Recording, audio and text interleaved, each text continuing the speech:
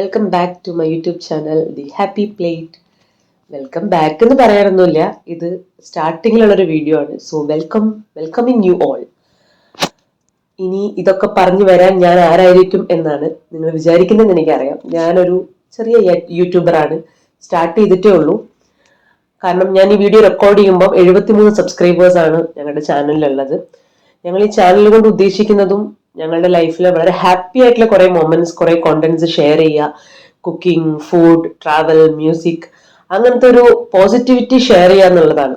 പക്ഷെ ഞാൻ ഇന്ന് ചെയ്യാൻ പോകുന്ന ഈ വീഡിയോ അത്ര പോസിറ്റീവ് ആയിട്ടുള്ള ഒരു വീഡിയോ ആണെന്ന് എനിക്ക് തോന്നുന്നില്ല. സ്റ്റിൽ എനിക്ക് വീഡിയോ റെക്കോർഡ് ചെയ്യണമെന്ന് തോന്നുന്നതിന്റെ ഒരു റീസൺ, നമ്മൾക്ക് ചില കാര്യങ്ങൾ കാണുമ്പോൾ അയ്യോ ഇതിനൊന്ന് റിയാക്ട് ചെയ്യണം, ഞാൻ എന്ത് ചെയ്യും, ആരോട് പോയി പറയും എന്ന് വിചാരിച്ചിട്ടാണ്. ഞാൻ ആക്ച്വലി എന്റെ ഈ ഫ്രസ്ട്രേഷൻ എനിക്ക് ഇതിനെ റിയാക്ട് ചെയ്യണം എന്ന് തോന്നുമ്പോൾ ഞാൻ എന്റെ ഹസ്ബൻഡിന്റെ അടുത്താണ് റിയാക്ട് ചെയ്യുക. അപ്പൊ ആളെന്നോട് ചോദിക്കും, നീ എന്തിനാടി എന്നോട് ദേഷ്യപ്പെടണേ, ഞാനൊന്നും ചെയ്തില്ലല്ലോ. അപ്പൊ ശരിയാണ്. അപ്പൊ എനിക്ക് തോന്നി, ലൈക്ക് നമുക്കിപ്പോ ഒരു സോഷ്യൽ മീഡിയ പ്ലാറ്റ്ഫോം ഉണ്ട്, അവിടെ നമുക്ക് ഷെയർ ചെയ്യാം. ആരെയും ഹേർട്ട് ചെയ്യാത്ത അല്ലെങ്കിൽ ആരെയും എന്താ പറയുന്ന അസോൾട്ട് ചെയ്യാത്ത രീതിയിൽ എന്റെ ഒപ്പീനിയൻസ് എനിക്ക് ഷെയർ ചെയ്യാൻ പറ്റുന്ന ഒരു പ്ലാറ്റ്ഫോമാണ് യൂട്യൂബ്. അപ്പൊ ഞാൻ അവിടെ എന്റെ അഭിപ്രായം പറയാമെന്ന് വിചാരിച്ചു. ഞാൻ പറഞ്ഞു വരുന്നത് വേറെ ഒന്നുമല്ല, ബിഗ് ബോസിനെ കുറിച്ചാണ്. ഇനി ബിഗ് ബോസിനെ കുറിച്ച് കേൾക്കാൻ താല്പര്യമില്ലാത്തവർ ഇത് മാറ്റി കളഞ്ഞു കേട്ടോ. പക്ഷേ ബിഗ് ബോസിനെ കുറിച്ച് അഭിപ്രായമുള്ളവർ അല്ലെങ്കിൽ എന്തെങ്കിലുമൊക്കെ കേൾക്കണം എന്നുള്ളവർക്ക് തീർച്ചയായിട്ടും ഇത് കാണാം. അപ്പൊ ബിഗ് ബോസിനെ കുറിച്ച് പറയുമ്പോൾ മലയാളത്തിലെ ഇത് ബിഗ് ബോസ് സീസൺ 7 ആണ്. ഞാൻ സത്യം പറഞ്ഞാൽ ബിഗ് ബോസ് സീസൺ 1 തൊട്ട് മലയാളത്തിലെ എല്ലാ സീസണും ഫോളോ ചെയ്യുന്ന ഒരാളാണ്. അതായത് സീസൺ എപ്പിസോഡ്സ്, പിന്നെ BB+ വരുന്നത്, അത് കൂടാതെ വൈറൽ കട്ട്സ് വരുന്നത്, പിന്നെ ലൈവ് സ്റ്റാർട്ട് ചെയ്ത സമയം തൊട്ട് ലൈവിലുള്ള അപ്ഡേറ്റ്സ്, ഇതെല്ലാം കാണുകയും അതിന്റെ ഒപ്പം ഇതിൽ കുറെ ആളുകൾ റിവ്യൂ ചെയ്യുന്ന ആളുകളുണ്ട്. അവരുടെയൊക്കെ റിവ്യൂസ്, പല ആളുകളുടെ ഒപ്പീനിയൻസ്, അപ്പം ഇതിൽ ഓരോരോ PR ഗ്രൂപ്പ്സിന്റെ ഒപ്പീനിയൻസ്, ഇതിൽ പല വാട്സ്ആപ്പ് ഗ്രൂപ്പ്. അപ്പൊ ഇതിനെക്കുറിച്ച് കുറെ, കാരണം ഭയങ്കര ഇഷ്ടമുള്ള ഒരു റിയാലിറ്റി ഷോ ആണ്. മലയാളത്തിൽ മാത്രമല്ല, ഞാൻ ഹിന്ദിയും തമിഴും ഒക്കെ വാച്ച് ചെയ്യും. പക്ഷെ മലയാളമാണ് കൂടുതൽ നമ്മള് ഇൻവോൾവ് ചെയ്ത് ഞാൻ കാണുന്നത്. ഒരു ബിഗ് ബോസ് മലയാളമാണ്.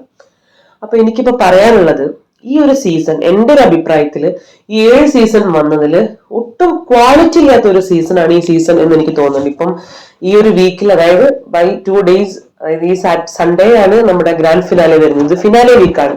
അപ്പൊ ഞാൻ ഈ ഒരു സീസൺ മൊത്തം അവലോകനം ചെയ്യാൻ വന്നതൊന്നുമല്ല. ബേസിക്കലി ഇത് ഗ്രാൻഡ് ഫിനാലെ വരികയാണ്, എന്തായാലും ഷോ തീരുകയാണ്. അപ്പോ നമ്മൾ ഇതിന്റെ ഇപ്പൊ നടക്കുന്നത് റീ എൻട്രി ആണല്ലോ. അപ്പൊ ഈ റീ എൻട്രി നടക്കുന്ന സമയത്ത് യൂഷ്വലി ഇതിന് മുന്നത്തെ സീസൺ 5-ലും 6-ലും ഒക്കെ ഇതുപോലെ റീ എൻട്രി വന്നപ്പോ കണ്ടസ്റ്റൻസ് വരും, ഇതിനകത്തൊരു കോമ്പറ്റീഷൻ ആണ്, this is A game show. അപ്പൊ ഈ ഗെയിം ഷോയിൽ വന്നു, ഇതിനകത്ത് അടി ഉണ്ടാവും, ഇതിനകത്ത് പല എത്തിക്സ് ഇല്ലാത്തതും എത്തിക്സ് ഉള്ളതും ഒക്കെ ആയിട്ടുള്ള പല രീതിയിൽ ആളുകൾ കളിക്കും. ഫേക്ക് ആവും, റിയൽ ആവും, ഇതൊക്കെ ഇങ്ങനെ പല പല പല രീതിയിൽ ആളുകൾക്ക് ഗെയിമിൽ അപ്രോച്ച് ചെയ്യാം. ഇത് കഴിഞ്ഞു കഴിഞ്ഞാൽ ഇതും വെച്ചുകൊണ്ടല്ല, കാരണം ഇത് കഴിഞ്ഞു കഴിഞ്ഞാൽ പുറത്ത് കുറച്ചു കാലത്തേക്ക് ഇതിന്റെ ഇമ്പാക്ട് ഉണ്ടാവും. കാരണം പബ്ലിക്കിലേക്ക് ഈ ഷോ എത്തിയിട്ടുള്ളത് അങ്ങനെയാണ്. അപ്പൊ ആ ഒരു ഇമ്പാക്ട് കൊണ്ട് അവിടെ ചെയ്യുന്നതാണ് റിയൽ എന്നുള്ള രീതിയിൽ കുറെ ആളുകൾ അതിനെ ഒരു കുറച്ച് നാളത്തേക്ക് അതിങ്ങനെ കൊണ്ടുപോകും. പിന്നെ ഓട്ടോമാറ്റിക്കലി അതൊക്കെ മാറും. സോ ആ ഒരു ഗെയിം ഷോ ആ ഒരു സ്പിരിറ്റിലെടുത്ത് നമ്മൾ ഇതിന് ഔട്ടായാൽ, ചില ആളുകൾ ഇപ്പൊ പറയുന്നുണ്ട് ഒട്ടും ഡിസേർവിംഗ് ഇല്ലാത്ത ഗെയിം കളിക്കാത്തവരാണ് ഇപ്പൊ നിൽക്കുന്നത്. അങ്ങനെ നമുക്ക് ഒരിക്കലും പറയാൻ പറ്റില്ല. ഡിസേർവിംഗ് ആയിട്ടുള്ള ആളുകളാണ് നിൽക്കുന്നത്. ഈ ഷോ അങ്ങനെയാണ്. അല്ലെങ്കിൽ പിന്നെ നമ്മളിപ്പം എന്തെങ്കിലും ഒരു മാർക്ക്, നമ്മളിപ്പോ പൊതുവെ മറ്റ് മ്യൂസിക്കൽ അല്ലെങ്കിൽ ഡാൻസ് ഒക്കെ റിയാലിറ്റി ഷോസ് വരുമ്പോൾ അതിൽ ഒരു പെർഫോമൻസിന് ഒരു മാർക്ക് കൊടുക്കും. ആ മാർക്ക് കാൽക്കുലേറ്റ് ചെയ്തിട്ടാണ് ചെയ്യുന്നത്. അപ്പം അത് ആ ഷോയുടെ ഒരു രീതി. ഈ ഷോയുടെ രീതി ആളുകളുടെ വോട്ടിംഗ്, ആളുകളുടെ അപ്രോച്ച്, ആളുകൾക്ക് എങ്ങനെ അവരെ അക്സെപ്റ്റ് ചെയ്യാൻ പറ്റുന്നു എന്നുള്ളതാണ്. അപ്പൊ അങ്ങനെ നോക്കുമ്പോൾ ഡിസേർവിംഗ് ആയിട്ടുള്ള ആളുകളൊക്കെ തന്നെയാണ് അവിടെ നിൽക്കുന്നതെന്നാണ് വിശ്വസിക്കാനാണ് എനിക്കിഷ്ടം. പിന്നെ ഈ സീസണിൽ വളരെ സ്ട്രോങ് ഒരു ഗെയിമർ എന്നൊന്നും പറയാൻ ആരും ഉണ്ടായിരുന്നില്ല. പിന്നെ ഫിസിക്കൽ ടാസ്ക് ഒക്കെ വരുമ്പോൾ അതിൽ കുറച്ച് ബെറ്റർ ആയിട്ട് ആര്യൻ അങ്ങനെ 2-3 പേര് നിൽക്കുന്നു എന്നത് ഒഴിച്ചാൽ ഭയങ്കര കണ്ണിങ് ആയിട്ട് അല്ലെങ്കിൽ ഭയങ്കര എന്റർടൈനിങ് ആയിട്ട് ഗെയിം ചെയ്യുന്ന ആൾക്കാർ എന്നൊക്കെ പറയുന്നത് വളരെ കുറവായിരുന്നു. മൊത്തത്തിൽ ക്വാളിറ്റി കുറവായിരുന്നു. അപ്പൊ ഞാൻ പറഞ്ഞു തന്ന റീ എൻട്രിയെ കുറിച്ചാണ്. അപ്പൊ അവര് വരുന്നു, എല്ലാവരും എൻജോയ് ചെയ്യുന്നു, അല്ലാതെ അവര് വീണ്ടും ഒരു ഗെയിം കളിക്കാനോ ഇവിടെ ഇതിന് മുന്നുണ്ടായ കാര്യങ്ങൾക്ക് ഒരു ക്ലാരിറ്റി കൊടുക്കാനോ പുറത്ത് ആർക്കാണ് സപ്പോർട്ട് എങ്ങനെയാണെന്ന് അറിയാനോ, ഇല്ലെങ്കിൽ അവർക്ക് സപ്പോർട്ട് ചെയ്യാൻ ആഗ്രഹിക്കുന്ന ഒരാൾക്ക് കൂടുതൽ ബൂസ്റ്റ് കൊടുത്ത് മറ്റേ ആളുകളെ ഭയങ്കര നെഗറ്റീവ് ആക്കാനോ ഒന്നുമല്ല പോകേണ്ടത്. അത് ഒരു ഗെയിമിന്റെ എത്തിക്സ് അല്ല. ഓക്കെ, സോ ബേസിക്കലി ഇവര് ഗെയിമിൽ കയറുമ്പോൾ ഇതിൽ കുറെ എഗ്രിമെന്റും കാര്യങ്ങളും ഒക്കെ ഉണ്ട്. ഈ എഗ്രിമെന്റിൽ പറഞ്ഞിട്ടുള്ള കാര്യങ്ങൾക്കപ്പുറം ഈ ഗെയിം നമുക്ക് എങ്ങനെ വേണമെങ്കിലും കളിക്കാം. എങ്ങനെ വേണമെങ്കിലും എന്ന് പറയുമ്പോൾ ദർ ഇസ് എ ലിമിറ്റ്. ഇപ്പൊ ഫിസിക്കൽ അസോൾട്ട് അല്ലെങ്കിൽ ഇപ്പം ഈവൻ വെർബൽ അസോൾട്ട് ആണെങ്കിലും ലൈക്ക് ഒരു ലിമിറ്റ് കഴിഞ്ഞിട്ട് പറഞ്ഞാൽ അത് ഉറപ്പായിട്ടും ക്വസ്റ്റ്യൻ ചെയ്യപ്പെടും. പക്ഷെ അതല്ലാതെ ചില ആളുകൾ പറയുന്നുണ്ട് അവളാണ് ഈ ലോകത്തിലെ ഏറ്റവും വലിയ ഫേക്ക്, അല്ലെങ്കിൽ അവരാണ് ഏറ്റവും ഫേക്ക്. So what? 100 ദിവസം നിങ്ങൾക്ക് വളരെ ഫേക്ക് ആയിട്ട് ആക്ട് ചെയ്ത് നിങ്ങൾക്ക് നിങ്ങളുടെ രീതിയിൽ ചെയ്യാൻ പറ്റുമെങ്കിൽ that's fine, because it's A game show. ഇത് ലൈഫ് അല്ല. നമ്മൾ പറയും സൊസൈറ്റിയുടെ റിഫ്ലക്ഷൻ ആണ് അത്. സൊസൈറ്റിയിൽ നമുക്ക് നമ്മളെ പോലെ പല പല അഭിപ്രായങ്ങളുള്ളവരും പല രീതിയിൽ ചിന്തിക്കുന്നവരും ഒക്കെ ഉണ്ടാവും. അവരുടെ കൂടെ റിഫ്ലക്ഷൻ ആണ്. പക്ഷെ എന്ന് പറഞ്ഞിട്ട് നമുക്ക് ഫേക്ക് ആയിട്ട് നിൽക്കാൻ പറ്റുമെങ്കിൽ ഓൾസോ അത് നമ്മുടെ ബ്രില്യൻസ് ആണ്. That's also game. ഇപ്പൊ നമ്മൾ തന്നെ, ഇപ്പൊ ഞാൻ ആസ് എ പേഴ്സൺ, ഞാൻ എന്റെ വീട്ടിൽ എന്റെ ഏറ്റവും ബാഡ് ആൻഡ് ഗുഡ് സൈഡ്സ് ഏറ്റവും നന്നായിട്ട് അറിയുന്ന എന്റെ വീട്ടിലുള്ളവർക്കായിരിക്കും. പക്ഷെ ഞാനിപ്പോ വർക്ക് ചെയ്യുന്ന സ്ഥലത്ത് എന്റെ ഇപ്പൊ ഓഫീസിൽ പോയാൽ ഞാൻ ഇങ്ങനെയല്ല ബിഹേവ് ചെയ്യുന്നത്. നമ്മൾ കുറച്ചും കൂടെ ഒരു എന്താ പറയുന്ന പോളിഷ്ഡ് ആയിട്ടായിരിക്കും നമ്മൾ ബിഹേവ് ചെയ്യുക. നമ്മുടെ ഫ്രണ്ട്സിന്റെ അടുത്ത് വേറെ പോലെ ആയിരിക്കും. അപ്പൊ അതേപോലെ തന്നെ this is A game show എന്നുള്ള നല്ല ബോധത്തോടു കൂടി വന്നിട്ടുള്ള ഒരാളാണെങ്കിൽ അവർ ഫേക്ക് ആയാലും കുഴപ്പമില്ല. ഇനി ഞാൻ പറഞ്ഞു വരുന്നത് ഇതൊന്നുമല്ല, ഈ സീസണിലെ റീ എൻട്രി ആണ് ഈ വീക്കിൽ നടന്നുകൊണ്ടിരിക്കുന്നത്. അപ്പം എന്നെ ഭയങ്കരമായിട്ട് ഞെട്ടിക്കുന്ന ഒരു കാര്യം, ഇതിൽ പോയിട്ടുള്ള കുറച്ച് എക്സ് കണ്ടസ്റ്റൻസ്, ഞാൻ അവരുടെ പേര് പറയുകയാണെങ്കിൽ ശൈത്യ, ബിൻസി എന്നൊക്കെ പറഞ്ഞിട്ട് കുറച്ച് കണ്ടസ്റ്റൻസ് പോയിട്ട് ഇപ്പൊ അവര് തിരിച്ച് റീ എൻട്രിയിൽ ഭയങ്കരമായിട്ടുള്ള ഗെയിം കളിച്ചുകൊണ്ടിരിക്കുകയാണ്. അവരെന്താണ് പ്രൂവ് ചെയ്യാൻ ശ്രമിക്കുന്നതെന്ന് എനിക്ക് മനസ്സിലാവുന്നില്ല. അപ്പം അനുമോൾ എന്ന് പറയുന്നൊരു കണ്ടസ്റ്റന്റ് അവരെ നെഗറ്റീവ് ആക്കാനാണോ, ഇവരെന്തൊക്കെയോ തെളിയിക്കുക, കുറെ കാര്യങ്ങൾ ചെയ്യുന്നുണ്ട്. കുറെ അവിടെ ഒന്ന് ഷൗട്ട് ചെയ്യുക, ബഹളം വെക്കുക, അവർക്ക് ക്യാമറ സ്പേസ് കിട്ടുക, അവരെ ഫോക്കസ് ചെയ്ത് ആ ഒരു 2-3 ദിവസത്തെ എപ്പിസോഡ് അവരെ ഫോക്കസ് ചെയ്ത് പ്രൊമോയും അല്ലെങ്കിൽ വീഡിയോസും പോട്ടെ, ആ ഒരു രീതിയിൽ മേ ബി അവര് ഓൾറെഡി കൊടുത്തിട്ടുള്ള PR പറഞ്ഞിട്ടുണ്ടാവാം ഓൾറെഡി തോറ്റു. പക്ഷെ ഇനി ആ പോയ ഇമേജ് പിടിക്കാൻ വേണ്ടിയിട്ട്, അല്ലെങ്കിൽ ഒന്നും കൂടെ കുറച്ചു നാൾ കത്തി നിൽക്കാൻ വേണ്ടിയിട്ട്, കാര്യം ആദ്യം ഔട്ടായി ഒന്ന് എയർപോർട്ടിൽ വരുമ്പോൾ അങ്ങനെ കുറെ ക്യാമറാസ് വരും, പിന്നെ കുറെ നാൾ ഇന്റർവ്യൂസും കാര്യങ്ങളൊക്കെ ഉണ്ടാവും. അപ്പൊ അതൊന്ന് അടങ്ങുമ്പോഴേക്കും ഇനി വീണ്ടും ഒന്നും കൂടി ഈ ഒരു 3 ദിവസം ഒരു സ്പേസ് കിട്ടി വീണ്ടും ഇവർ ഇറങ്ങുമ്പോൾ ഇവർക്ക് വീണ്ടും ഇതേപോലെ ആൾക്കാർ വരുന്നു, ക്യാമറാസ് വരുന്നു, ഓൺലൈൻ മീഡിയാസ് വരുന്നു. അപ്പൊ കുറച്ച് നാൾ ഒരു ഹൈപ്പിൽ നിൽക്കും എന്ന് മേ ബി അവരുടെ PR ടീമോ ഒക്കെ പറഞ്ഞു കൊടുത്തിട്ടുണ്ടാവും. എനിക്ക് അങ്ങനെയാണ് തോന്നുന്നത്. കാരണം ഈ PR കുറിച്ച് ഞാൻ പറയാൻ കാരണം ഈ സീസണിൽ ഏറ്റവും കൂടുതൽ ചർച്ച ചെയ്ത വിഷയം എന്ന് പറയുന്നത് PR ആണ്. PR ബേസിക്കലി എന്റെ നോളജ് വെച്ചിട്ടാണ് ഞാൻ പറയുന്നത്. പബ്ലിക് റിലേഷൻസ് എന്ന് പറയുന്നത് ഭയങ്കര ഇമ്പോർട്ടന്റ് ആയിട്ടുള്ള ഒരു കാര്യമാണ്. ഇപ്പൊ ഒരു സോഷ്യൽ മീഡിയ പ്ലാറ്റ്ഫോമിലാണെങ്കിലും അല്ലെങ്കിൽ സെലിബ്രിറ്റീസിനാണെങ്കിലും അവർക്ക് അവരുടെ കോണ്ടന്റ്, അവരുടെ ഒരു മാർക്കറ്റിംഗിന്റെ ഒരു ഭാഗമാണ് ഈ പബ്ലിക് റിലേഷൻസ്, PR ഒരാളെ ഏൽപ്പിക്കുക എന്ന് പറയുന്നത്. അപ്പൊ ബിഗ് ബോസ് എന്ന് പറയുന്ന ഷോയിൽ PR കൊടുത്തിട്ട് വരുന്നത് ശരിയോ തെറ്റോ എന്ന് ചോദിച്ചാൽ അതിനകത്ത് ആ ജെനുവിനിറ്റിക്കൊക്കെ ഒരുപാട് പ്രശ്നങ്ങൾ വരും. എന്ന് പറഞ്ഞാൽ ജെനുവിൻ ആയിട്ടുള്ള വോട്ടിങ്ങിനും അപ്പുറം ഇപ്പൊ വോട്ടുകൾ മറിക്കുക, വോട്ടുകൾ അങ്ങോട്ടും ഇങ്ങോട്ടും, PR ഗ്രൂപ്പുകൾ തന്നെ, PR ഏൽപ്പിച്ചിട്ടുള്ള ഏജൻസീസ് അല്ലെങ്കിൽ അവരുടെ കമ്പനീസ് തന്നെ അങ്ങോട്ടും ഇങ്ങോട്ടും വോട്ട് മറിക്കും.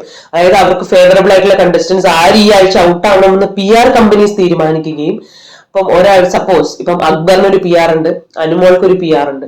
അപ്പം ഇവർ രണ്ടുപേരും അല്ല പോകേണ്ടത്, ഈ ആഴ്ച പോകേണ്ടത് ആര്യനാണ് എന്നുണ്ടെങ്കിൽ അക്ബറിന്റെയും അനുവിന്റെയും PR ബാക്കി എലിമിനേഷനിൽ, അതായത് നോമിനേഷൻ ലിസ്റ്റിൽ വന്നിട്ടുള്ള ബാക്കിയുള്ളവർക്ക് വോട്ട് കൂട്ടിക്കൊടുത്ത് സ്വാഭാവികമായിട്ടും ആര്യൻ ഔട്ടാവും. ഇത് ഞാൻ പറഞ്ഞത് ഇതൊരു എക്സാമ്പിൾ പറഞ്ഞതാണ്.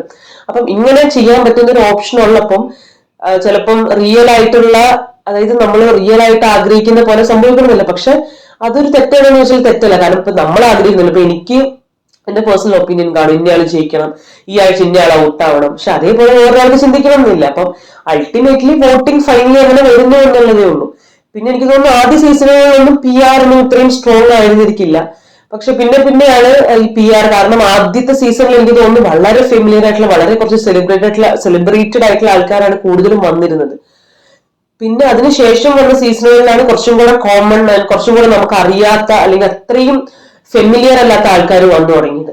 അപ്പൊ മേ ബി അവർക്ക് പിടിച്ചു നിൽക്കാൻ PR വേണമെന്ന് തോന്നിയിട്ടുണ്ടാവും. പക്ഷെ ഇതിൽ ഈ സീസണിലെ PRന്റെ പ്രശ്നം എന്തോ, അനുമോൾ 16 ലക്ഷം PR കൊടുത്തു, വേറെ ആർക്കും PR ഇല്ല, പുറത്ത് വന്നിട്ട് കുറെ പേര് ഞങ്ങൾക്കൊന്നും PR ഇല്ലാത്തതുകൊണ്ട് ഇറങ്ങി എന്നൊക്കെ പറഞ്ഞ ആൾക്കാർ PR കൊടുത്തതിന്റെ ഫുൾ ഡീറ്റെയിൽസ്, അവരുടെ PR കമ്പനി, PR അവർക്ക് ചെയ്യാൻ വേണ്ടി ഏറ്റെടുത്ത ആൾക്കാരടക്കം പുറത്ത് വന്നിട്ടുണ്ട്.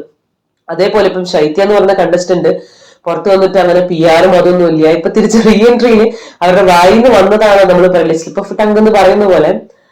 അറിയില്ല, ഇങ്ങനെ കുറെ കഥകൾ പറയുന്നതിന്റെ ഇടയ്ക്ക് എന്റെ PR നിന്റെ PR ഒരാളാണ് ചെയ്തത്, 1.5 ലക്ഷം കൊടുത്ത കഥയൊക്കെ അതിൽ പറയുന്നുണ്ടായിരുന്നു.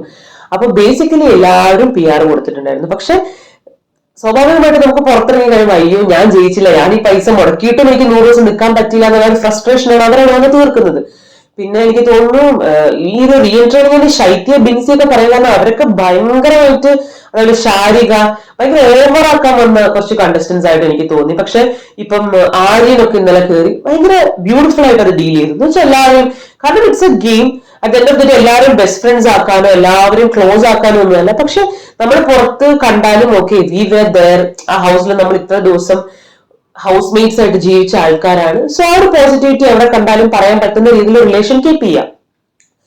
സോ ഈ ശൈത്യ ബിൻസി ചെയ്തതെന്ന് പറഞ്ഞാല്, ഈ ശൈത്യ ബേസിക്കലി ഇതിന് മുന്നേക്ക് ഒരു റിയാലിറ്റി ഷോയില് പുള്ളിക്കാരി അവർക്ക് അവരുടെ അമ്മ ആൻഡ് മോള് കോംബോ റിയാലിറ്റി ഷോയിലൊക്കെ അവർക്ക് പ്രൈസ് കൊടുത്തപ്പോൾ അവരത് വേണ്ടാന്ന് പറഞ്ഞ് പോയ ഒരു വീഡിയോസ് ഒക്കെ ഞാൻ കണ്ടിട്ടുണ്ട്. അപ്പൊ എനിക്ക് തോന്നിയിട്ടുള്ളത് എവിടെ പോയാലും എനിക്ക് ഫസ്റ്റ് കിട്ടണം, അത് നിഷേധിക്കാനുള്ള അവകാശം അവർക്ക് ഉണ്ടാവാം ഡെഫിനറ്റ്ലി. പക്ഷെ എങ്കിൽ പോലും അവരുടെ പെർഫോമൻസിനായിരിക്കാം അവർക്ക് കിട്ടിയത്. അപ്പോ അത് നമുക്ക് എവിടെ ചെന്നാലും എനിക്ക് ഒന്നാം സ്ഥാനം കിട്ടണം, ഞാൻ കുറച്ച് പൈസ മുടക്കിയിട്ടാണെങ്കിൽ ഒന്നാം സ്ഥാനം കിട്ടുമെന്ന് വിചാരിച്ചിട്ട് അത് കിട്ടാതെ വന്നതിന്റെ ഒരു ഫ്രസ്ട്രേഷനും കൂടിയാണെന്ന് തോന്നുന്നു ആ കുട്ടി വന്ന് തീർത്തുകൊണ്ടിരിക്കുന്നത്. എന്തായാലും എല്ലാവരും കൂടി ഇപ്പോഴത്തെ ഗെയിമിന്റെ ഒരു അവസ്ഥ, എല്ലാവരും കൂടി അനു എന്നോട് അത് പറഞ്ഞു, അനു എന്നോട് ഇത് പറഞ്ഞു, ലൈക്ക് ഇപ്പൊ ഒരു ബിൻസി അപ്പാനി ശരത്ത് തമ്മിലുള്ള ഒരു വിഷയം, ഇതിൽ പല വിഷയങ്ങളിലും ഇപ്പം ആദില നൂറാന്നൊക്കെ പറഞ്ഞിട്ട് കണ്ടസ്റ്റൻസ് അവിടെ ഉണ്ട്. എനിക്ക് തോന്നിയിട്ടുള്ളത് ഈ പല വിഷയങ്ങളും ഇങ്ങനത്തെ പല ഗോസിപ്പുകളും, ഈവൻ ആര്യൻ ജിസയിൽ എന്ന് പറഞ്ഞിട്ട് അവരുടെ ഒരു ഗോസിപ്പ് വന്നു. ഇങ്ങനത്തെ ഗോസിപ്സ് ഒക്കെ ഇതിനൊക്കെ ഞാൻ ഗോസിപ്പ് എന്ന് തന്നെ വിളിക്കുള്ളൂ. കാരണം ഇതൊക്കെ വളരെ നോർമൽ ആയിട്ട്, പ്രത്യേകിച്ച് ആര്യൻ ജിസയിലൊക്കെ അവരുടെ ഇപ്പൊ ഇനി ഫ്രണ്ട്ഷിപ്പ് അല്ല അതിന്റെയും ബോർഡർ കഴിഞ്ഞിട്ടാണെങ്കിലും ഡസൻ മാറ്റർ, നമ്മൾ അതിനെ കുറിച്ച് ബോധർ ചെയ്യേണ്ട കാര്യമില്ല. പക്ഷെ എങ്കിലും അങ്ങനത്തെ ഒരു ഗോസിപ്പ് അവിടെ വന്നത് ഈ ഒരു ഗ്യാങ്ങിന്റെ ഇടയിലാണ്. ഇറ്റ് ഡസൻ മാറ്റർ ആരാണ് സ്റ്റാർട്ട് ചെയ്തെന്നുള്ളത്. നമ്മളൊരു ഗ്രൂപ്പിൽ ഇരുന്ന് ഒരു കാര്യം ഡിസ്കസ് ചെയ്യുമ്പോൾ അതിന് വളരെ പോസിറ്റീവായിട്ട് അതെ അത് അങ്ങനെയാണെന്ന് തോന്നുന്നു എന്നൊക്കെ പറഞ്ഞ് ഫുൾ ചർച്ച ചെയ്ത് അതിലൊരു വാക്കുകൊണ്ട് പോലും എതിർക്കാതിരുന്നിട്ട് ഫൈനലി എന്തെങ്കിലും ഒരു കാര്യം വരുമ്പോ ഇവളാണിത് പറഞ്ഞത് ഇവളിത് പറഞ്ഞു എന്ന് പറഞ്ഞ് തിരിച്ച് കുത്തുക എന്ന് പറയുന്ന സാധനം അത് ഭയങ്കര മോശം സ്വഭാവമാണ്. അപ്പൊ അതിലുള്ള ഈ പറഞ്ഞ ശൈത്യ, അതില നൂറ അവരൊക്കെ ചെയ്യുന്നത് ആ ഒരു പ്രവൃത്തിയാണ്. അപ്പൊ എന്തായാലും ഞാൻ പറഞ്ഞു തന്നത് ഇത്രേ ഉള്ളൂ. ഇന്നും കൂടെ ഞാൻ തോന്നുന്നു വോട്ടിംഗ് ടൈം എനിക്കറിയില്ല. ഞാൻ ഹോട്ട്സ്റ്റാറിൽ വോട്ട് ചെയ്യാറുണ്ട്. ആർക്കാണ് എന്നൊന്നും ഞാൻ പറയില്ല. ഇപ്പൊ ഞാനത് പറഞ്ഞത് വെച്ചിട്ട് ഞാൻ പറയാം അനുമോൾ PR ആണ്, അനുമോളിനെ സപ്പോർട്ട് ചെയ്യാൻ വന്നത് ഒരിക്കലും അല്ല. എനിക്ക് ബേസിക്കലി ഈ സീസണിൽ സ്റ്റാർട്ടിങ് തൊട്ട് എനിക്കൊരു ഫേവറേറ്റ് കണ്ടസ്റ്റന്റ് ഇല്ലായിരുന്നു. എനിക്ക് എല്ലാ സീസണിലും ഉണ്ടാവാറുണ്ട്. ഞാൻ കൃത്യമായിട്ട് അവർക്ക് തന്നെ വോട്ട് ചെയ്യും, അവരെ തന്നെ ഫോളോ ചെയ്യുന്ന ഒരാളാണ്. പക്ഷെ ഈ സീസണിൽ ആദ്യം തൊട്ടേ എനിക്ക് ആരുമില്ല. പിന്നെ ചില സമയത്ത് സീസണലായിട്ട് ഒരു വീക്കിലെ പെർഫോമൻസ് ഒക്കെ വെച്ചിട്ട് അയ്യോ ആ ഒരു രീതിയിലുള്ള ഒരു സോഫ്റ്റ് കോർണേഴ്സും അങ്ങനെയൊക്കെ വരുമ്പോൾ ഇവരെന്ന് മുന്നോട്ട് പോയാൽ മതി അങ്ങനെ തോന്നിയിട്ടുള്ളൂ. പക്ഷെ ഉറപ്പായിട്ടും ആദ്യം തൊട്ട് ഗെയിം പോകുന്ന ഒരു രീതി വെച്ചിട്ട് മനസ്സിലായി ഇതിനകത്ത് ഫൈനൽ 5 ഒക്കെ ഏകദേശം ആരൊക്കെ വരുമെന്ന് നമുക്ക് മനസ്സിലൊരു ഊഹം ഉണ്ടായിരുന്നു. അപ്പം ഈ ഒരു സീസണിൽ ആര് ജയിക്കണം എന്ന് പോലും എനിക്ക് വലിയ എക്സൈറ്റ്മെന്റ് അല്ലെങ്കിൽ ഇനി ആര് ജയിക്കണമെന്ന് ആഗ്രഹമില്ല. എന്താണെങ്കിലും ഹോട്ട്സ്റ്റാറിൽ ഇന്നും നാളെയും ഒക്കെ ഉണ്ടെന്ന് തോന്നുന്നു. വോട്ടിംഗ് ലൈൻ ഓപ്പൺ ആണ്. ഡിസേർവിംഗ് ആയിട്ട് തോന്നുന്ന ആൾക്ക് നിങ്ങൾ വോട്ട് ചെയ്യുക. ആരും പറഞ്ഞത് വെച്ചിട്ടോ അല്ലെങ്കിൽ മാനിപ്പുലേറ്റഡ് ആയിട്ടോ അല്ലെങ്കിൽ PR പറഞ്ഞു, പൈസ മേടിച്ചു, ഇതൊന്നുമല്ല. 16 ലക്ഷം കൊടുത്തു, അവർക്ക് ലോൺ ഉണ്ടോ, അവർക്ക് ഇതുണ്ടോ, ഇതൊന്നും ഡസൻ മാറ്റർ. ഇതൊന്നും വെച്ചിട്ട് അല്ലെങ്കിൽ പൈസ കുറവുള്ള ആൾക്ക് ഈ പ്രൈസ് കിട്ടുക അങ്ങനത്തെ ഒന്നും അറിയില്ല. ഓരോരുത്തർ ചിന്തിക്കുന്ന ഓരോ പോലെ ആയിരിക്കും. ഞാൻ ചിന്തിക്കുന്ന അങ്ങനെയൊന്നുമല്ല. പക്ഷെ ഡിസേർവിംഗ് ആയിട്ടുള്ള ആള് ജയിക്കട്ടെ. എല്ലാവരും ഡിസേർവിംഗ് ആണ്. കാരണം ഈ ഗെയിമിൽ 100 ദിവസം നിൽക്കുക എന്ന് പറയുന്നതാണ് ഇതിനകത്തൊരു വിക്ടറി. അപ്പം ഡിസേർവിംഗ് ആയിട്ടുള്ള ആള് ജയിക്കട്ടെ. പക്ഷെ എനിക്ക് തോന്നിയത് ആളുകളുടെ ഒരു മൈൻഡ് സെറ്റ് ആണ്, ഗെയിമിൽ നിന്ന് പുറത്തു വരാൻ പറ്റാത്തൊരു mind set. May be 100 days കഴിഞ്ഞ് എല്ലാവരും പുറത്തിറങ്ങിയാലും ഇവര് തമ്മിൽ ഈ ഒരു ചളിവാരിയറിയലും കാര്യങ്ങളും ഒക്കെ ഉണ്ടാവും. സോ അതാണ് ഒരു ഷോയുടെ ഉദ്ദേശം എന്നുള്ളതാണ് ഞാൻ ചിന്തിക്കുന്നത്. എനിക്കൊന്ന് സീസൺ 5 അഖിൽ മാരാർ ആൻഡ് ആ ഒരു അഖിൽ മാരാർ വിൻ ചെയ്ത ഒരു സീസൺ ആയിരുന്നു. ആ സീസൺ കഴിഞ്ഞ് ഇറങ്ങിയതിനു ശേഷം ഇപ്പോഴും അതിനകത്ത് അഖിൽ മാരാർ, ശോഭ ഇവര് തമ്മിലൊക്കെ ഭയങ്കരമായിട്ടുള്ള പ്രശ്നങ്ങളും കേസുകളും. ഒരാള് സോഷ്യൽ മീഡിയയിൽ പോസ്റ്റ് ഇടുന്നു, അപ്പൊ അടുത്തയാൾ കേസ് കൊടുക്കുന്നു. ആൻഡ് ഇതിനെ കുറിച്ചുള്ള റിയാക്ഷൻസ് രണ്ടുപേരും അവരുടെ സോഷ്യൽ മീഡിയയിൽ ഇടുന്നു. അപ്പൊ എനിക്ക് തോന്നുന്നത് ഇതിനകത്തൊരു വളരെ പോസിറ്റീവായിട്ട് 100 ദിവസം കഴിയുമ്പോൾ അവിടെ കളഞ്ഞിട്ട് ലൈഫുമായിട്ട് മുന്നോട്ട് പോകാം. ഈ ഒരു ഷോ കൊണ്ട് ലൈഫിൽ എന്തെങ്കിലും ബെനിഫിറ്റ് ഉണ്ടാക്കിയെടുക്കുക. ഫിനാൻഷ്യലി ആണെങ്കിലും കരിയർ വൈസ് ആണെങ്കിലും എല്ലാ രീതിയിലും നമുക്ക് ഗ്രോ ചെയ്യാനുള്ള ഒരു അവസരം ഉണ്ടാക്കിയെടുക്കുക. നമ്മളും വളരണം, എല്ലാവരും വളരണം എന്ന ഒരു പോസിറ്റീവ് തോട്ടിൽ മുന്നോട്ട് പോവുക. ആ ഗെയിം അവിടെ കളയുക എന്നുള്ളതാണ് എന്റെ ഒരു തോട്ട്. ഞാൻ എന്തിനാ ഇത്രയും പറഞ്ഞെന്ന് വെച്ചാൽ എനിക്ക് ഭയങ്കര ഫ്രസ്ട്രേഷൻ. ഇവരെല്ലാരും കൂടെ വന്നിട്ട് ഒരു കാര്യമില്ലാതെ വെറുതെ ഒരാളെ ഇങ്ങനെ കോർണർ ചെയ്യാണ്. അത് ആ ഗെയിമില് ഈ ഒരു പോയിന്റിൽ അത് ആവശ്യമില്ല. ഇതിനു മുന്നേ പലപ്പോഴും ഈ പറഞ്ഞ പോലെ പല കുലസ്ത്രീ പരാമർശങ്ങളിൽ നിന്നും ഒക്കെ പറഞ്ഞിട്ട്, അതായത് ബേസിക്കലി കുലസ്ത്രീ എന്നുള്ള വേർഡ് യൂസ് ചെയ്യാൻ എനിക്ക് വലിയ താല്പര്യമില്ല. അതായത് കുറച്ചൊരു ബാക്ക്വേർഡ് തിങ്കിങ് ആണ്.